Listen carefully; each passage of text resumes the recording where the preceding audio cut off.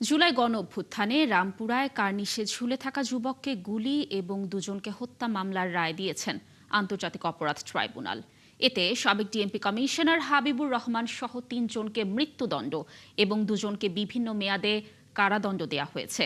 রায় শেষে chief prosecutor জানান, পলাতক আসামিদের ফিরিয়ে এনে সাজার মুখোমুখি করা হবে। আসামি পক্ষের দাবি, ন্যায় বিচার বঞ্চিত তারা। বিস্তারিত জানাচ্ছেন মাইনুল মারুফ। মাত্র কয়েক সেকেন্ড বাঁচার মৃত্যুর মাঝখানে ঝুলছিলেন আমির হোসেন।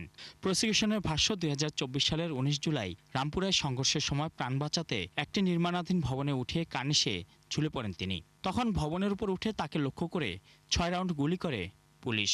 গুরুতর আহত হন আমির। সেদিনই নিহত হন আরও ২ জন।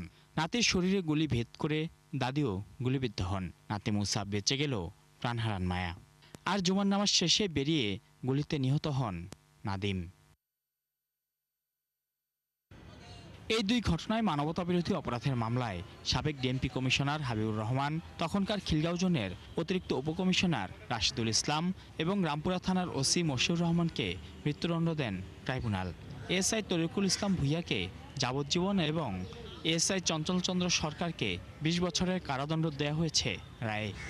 কমিশনার হাবিবুর রহমান, এডিসি রাশেদ এবং রামপুরা থানার ওসি মশিউর, তাদের প্রত্যেকের বিরুদ্ধে সবগুলো চার্জ প্রমাণিত হয়েছে।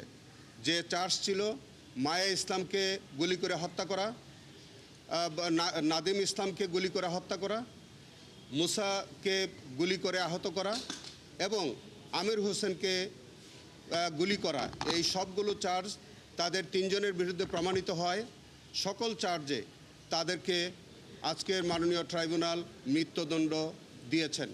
রাষ্ট্রপক্ষ বলছে, ভিডিও ফুটেজ, প্রত্যক্ষদর্শী সাক্ষ্য ও ডিজিটাল আলামতের অভিযোগ সন্দেহাতীতভাবে প্রমাণিত হয়েছে। পলাতক আসামিদের ফিরিয়ে আনার উদ্যোগের কথাও জানান তারা। সেই রায়টিও আমরা একইভাবে আমাদের পলাতক হাবিবুর রহমান কমিশনার ডিএমপি, পলাতক রাশেদ, পলাতক ওসি মশিউর এবং পলাতক তরিকুল, তাদের প্রত্যেকের বিরুদ্ধে আমাদের গ্রেপ্তারে পড়ানো যাবে। আমাদের আইনের ২০-৩ ধারা অনুযায়ী আমরা এই রায়ের কপি আমাদের স্বরাষ্ট্র মন্ত্রণালয়ে আমরা পাঠাবো এবং সেটা যদি তারা বিদেশের পলাতক থাকে, আমরা যদি এই তথ্য প্রমাণ পাই, তাহলে তার পরিপ্রেক্ষিতে ইন্টারপোলের সাহায্য আমরা নিব এবং তাদেরকে যে কোনো মূল্যে গ্রেফতার করে আমাদের এই সাজা ভোগ করার জন্য প্রয়োজনীয় পদক্ষেপ নেওয়া হবে। রায় দ্বিমত জানিয়ে পূর্ণাঙ্গ রায় পাওয়ার পর আপিল করবেন বলে জানিয়েছেন আসামি পক্ষ। অনারেবল ট্রাইব্যুনালের রায়, আমরা এই রায়ের বিরুদ্ধে অনারেবল সুপ্রিম কোর্ট অ্যাপিলেট ডিভিশনে যাব। এই মামলায় ১৩ জন সাক্ষীর সাক্ষ্য ও ভিডিও সহ ডিজিটাল আলামত উপস্থাপন করা হয়। গত মার্চে রায়ের দিন থাকলেও নতুন ডিজিটাল আলামত উপস্থাপনের আবেদনে তা স্থগিত হয়। মাইনুল মারুফ, ৭১, ঢাকা।